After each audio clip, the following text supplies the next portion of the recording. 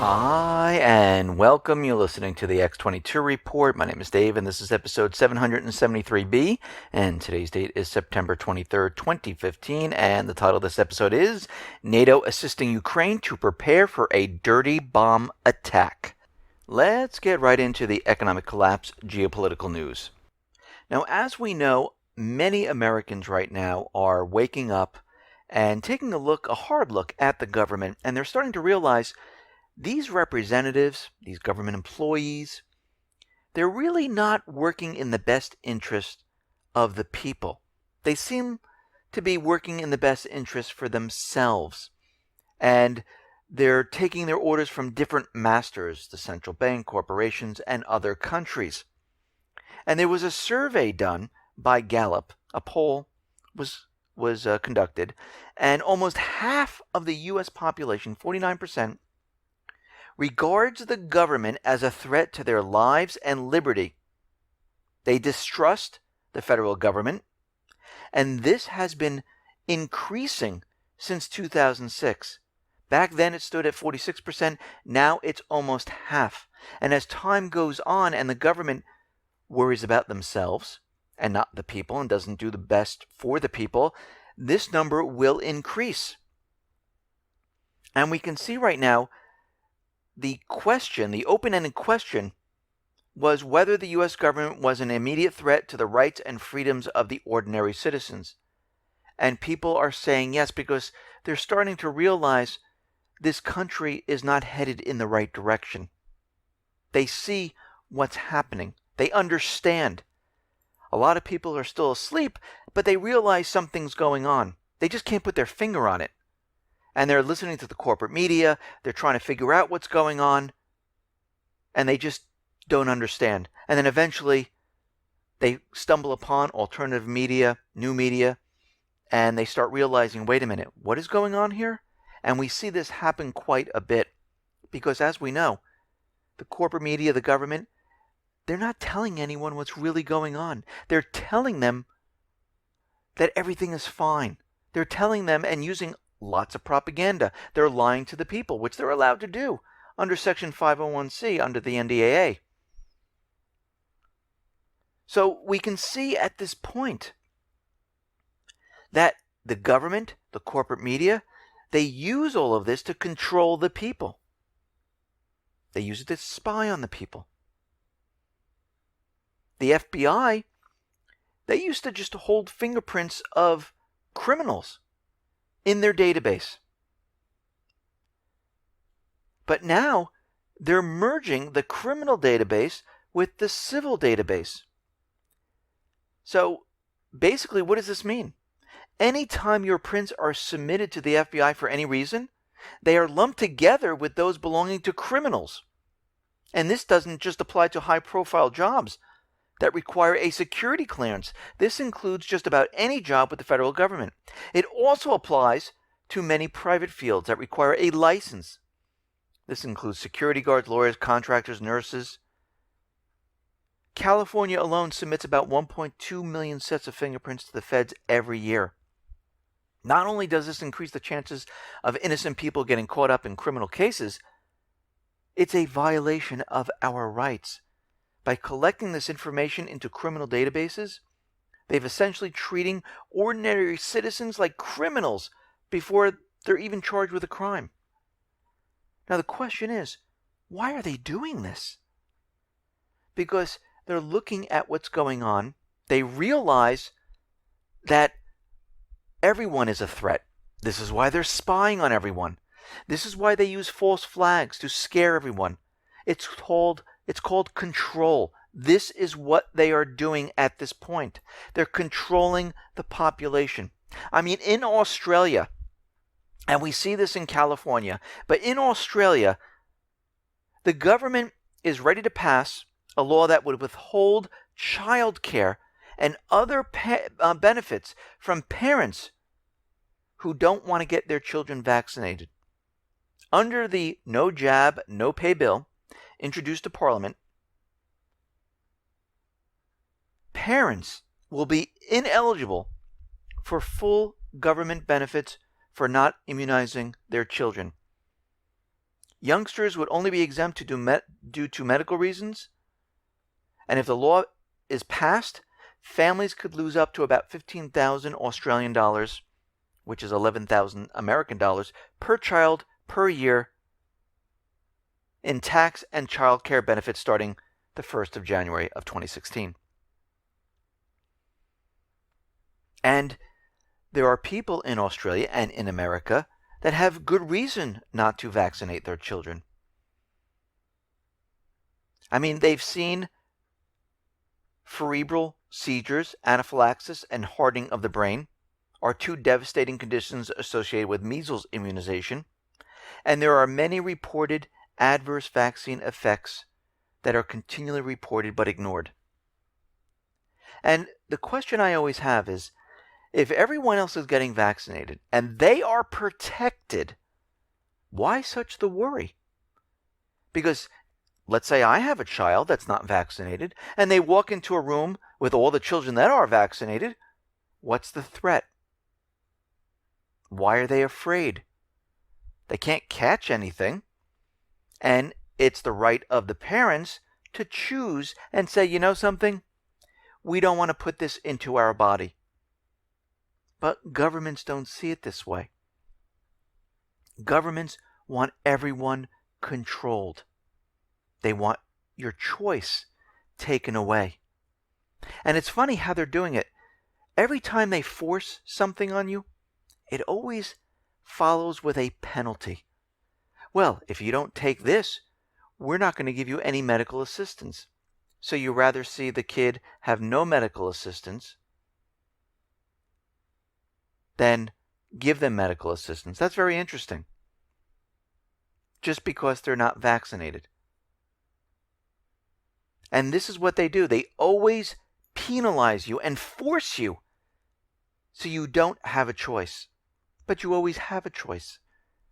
I know it's hard. I know it's very difficult. But the choice is, you know what? I don't need your money. I don't need your benefits. We'll get on by ourselves. I know for a lot of people that's very difficult.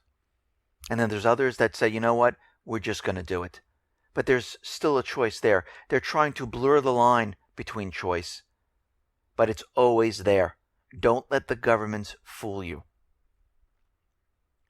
Now, out in Kiev, we see Ukraine will halt paying off its external debt today, and they're facing the risk of technical default.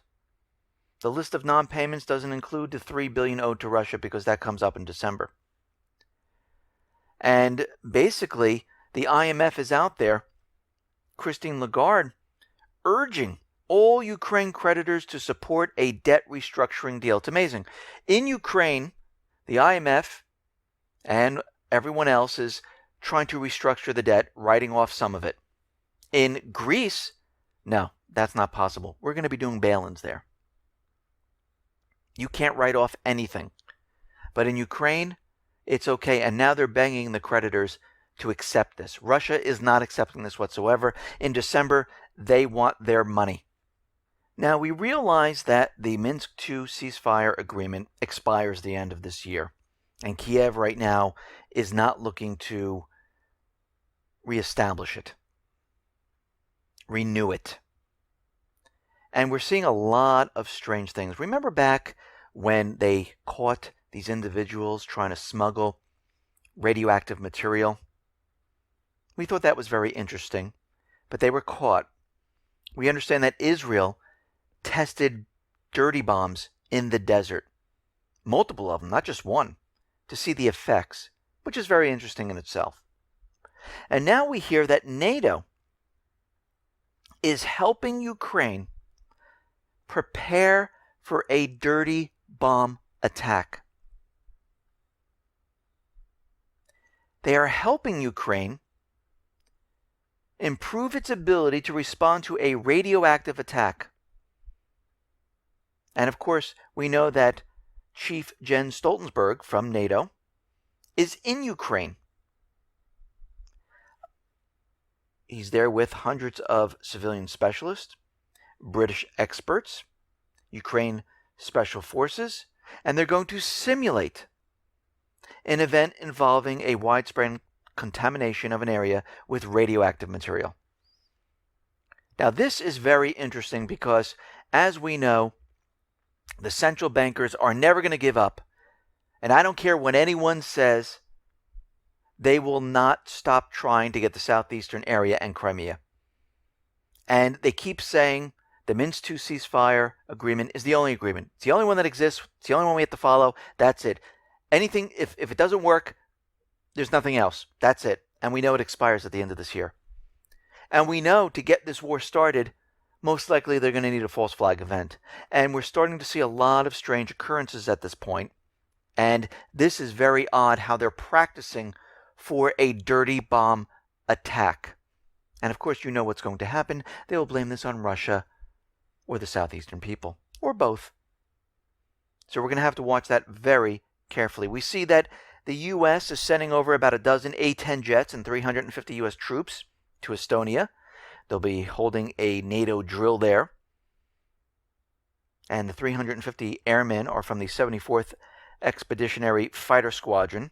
They arrived at the airbase in Estonia, and they're going to join in the operation of Atlantic Resolve.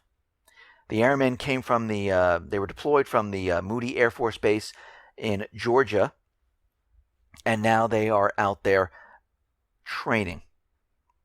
If you notice, we're hearing a lot of these drills out in the Baltic states. Wonder what they're preparing for. Well, we know exactly what they're preparing for. They're preparing for war. They might not know this, but this is what it's all about. We understand that the U.S. is going to be delivering 20 new nuclear bombs to Germany, each of which, as we know, has about 4 times the destructive power of the one that was dropped on Hiroshima. Of course, there are government officials inside Germany saying, listen, this is going to provoke Russia. This is something we should not do at this point. And right now, Russia, they may deploy the Iskander ballistic missile. And this is the buildup that we're seeing. And this will not end well. The Iskander missile system is one of the most deadly weapons in the Russian arsenal. I mean, it is a high-precision tactical ballistic missile system optimized for use for close ranges, under 500 kilometers. And the missile can be loaded with nuclear warheads. I mean, remember this. We are going up against advanced countries. Russia, China. This is no longer a fight against Iraq, Yemen, Libya.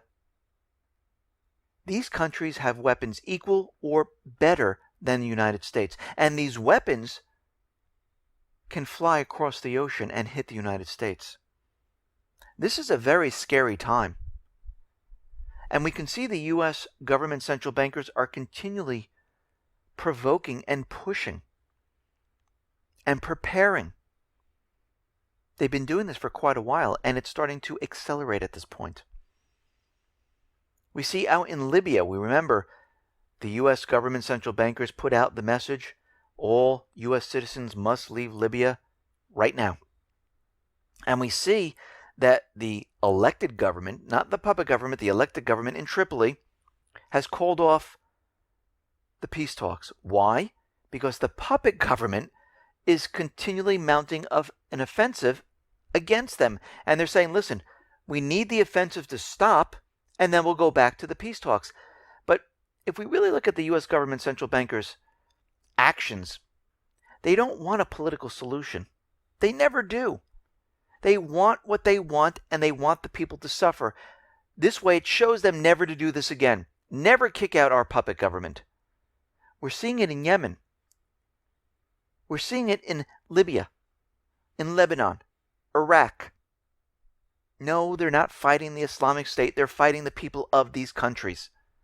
The Islamic State is the armed proxy army for the United States government and the coalition forces. And they're not even in those countries. They're really in Syria. They show up every once in a while in Iraq to make it look good. But what do you see, 10 or 15 of them? No, the army is fighting in Syria to go after Assad. We see General John Allen. He is leaving his post. He was the Islamic State czar, and looks like they're using him as a patsy right now, saying everything that he's done, all the cover-ups from all the doctored reports saying that they're beating the Islamic State. Looks like they're using him as the scapegoat, saying, oh, see, it was just him. We had no idea about this. Well, they all knew what was going on. This was planned for a long time. Now, Russia is a close ally with Syria. They have a lot of economic deals, military contracts, and we understand at this point that Putin is strategically trying to stop what is about to happen. He sees the Islamic State gaining more territory. They see the refugees being poured into Europe. There are calls now for safe zones inside Syria where they'll say it's not part of Syria. And he sees that all this is happening at this point, and he understands that this needs to be stopped. Now, of course, he's trying to do this politically. He's trying to do this strategically without creating a war. And he's bringing in planes. And what's very interesting about all this, where the corporate media is out there saying, oh, look, they have more weapons in there. Look at the 28 planes. Well, all these planes were under contract with Assad a long time ago. They're being delivered right now. This is not anything new here. But they're trying to make it into something bigger than it really is.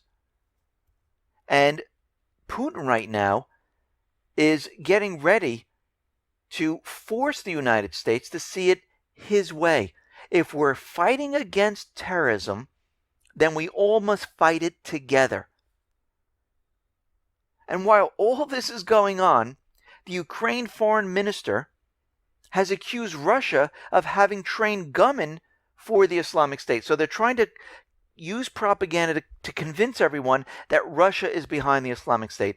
I'm sorry, that is just not going to work. We have too much proof, too many documents that show, no, it was the United States. And we see that the United States is not going to negotiate. Even if they do, like they did with the chemical weapons, guess what's going to happen? They will find a different way. They will not stop pushing. And we can see right now the United States is hemming and hawing. Should we talk to Putin? Shouldn't we talk to Putin? England is saying absolutely not. Assad must go. And the Syrian Air Force right now, they've confirmed, yes, we're receiving weapons from Russia. The airplanes are being delivered with their MiG-29 contracts. They're getting the S-400 defensive weapons. They're going to make it as tough as possible. They have given Assad drones. They are now flying and deploying Russian drones for the first time, mapping the area of where the Islamic State is. Russia has given Assad satellite information pinpointing where the Islamic State is. And with their new advanced weapons from Russia, they're going to hit those positions.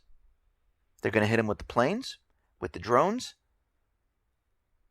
and the proxy army is going to lose.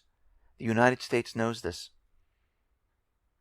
And they're backed into a corner. And we're going to have to see what the next move is. And I don't think it's going to be that good.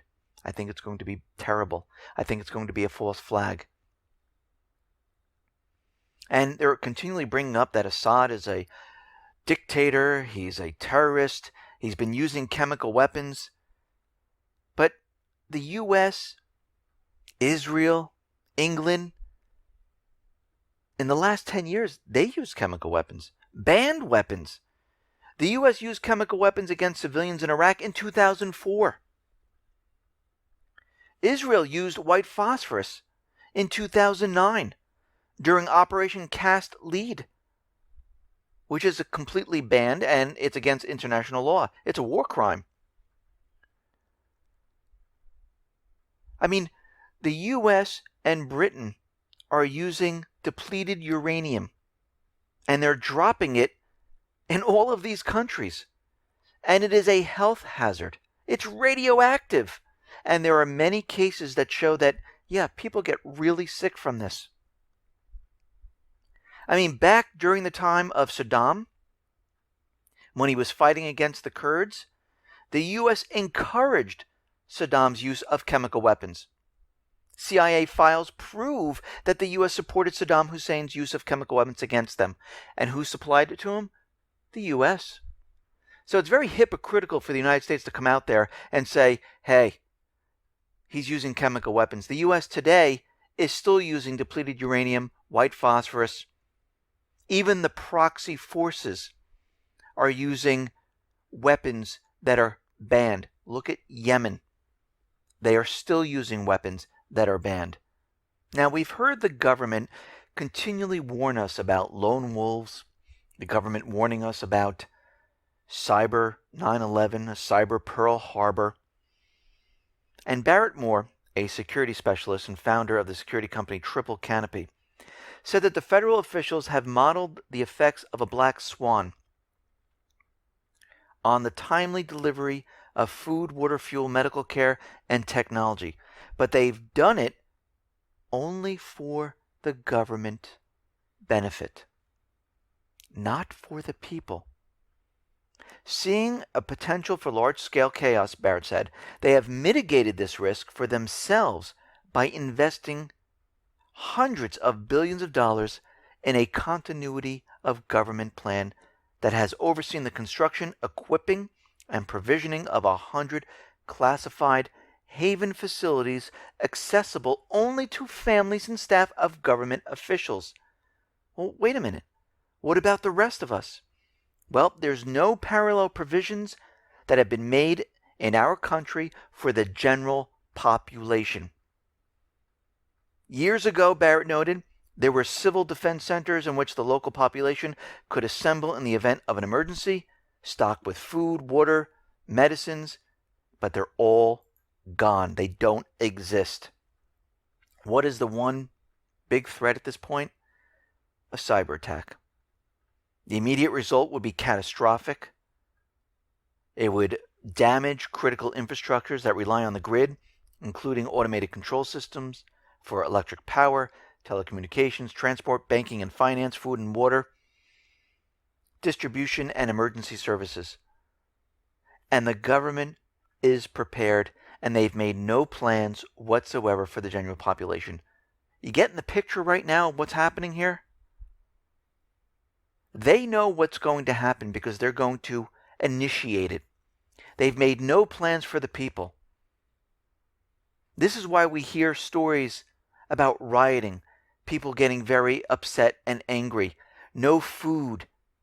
Because as we heard from other financial experts like Bill Holter, the credit line will cease to exist, deliveries will stop, food will go bare on the shelves. And this is why I've been telling people to continually prepare and not stop. The U.S. back in the day was prepared for some type of catastrophic event. Today, they're not. They've been preparing for themselves. If you're getting food, continually get food. If you're getting medical supplies, toiletries, continue to do this. Continue to stock up on your cash, your gold and silver, because you don't know what you're going to need at any point in time. Make sure you have a weapon to protect yourself. If you haven't started, you can go to lifereliance.com.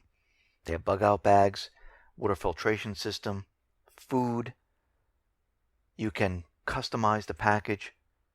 But whatever you're doing at this point, you need to continually do it. The government is preparing. You need to prepare because they're not going to prepare for you. Listen, everyone, thanks a lot for listening. Be well, be safe, and especially be prepared. Thanks a lot.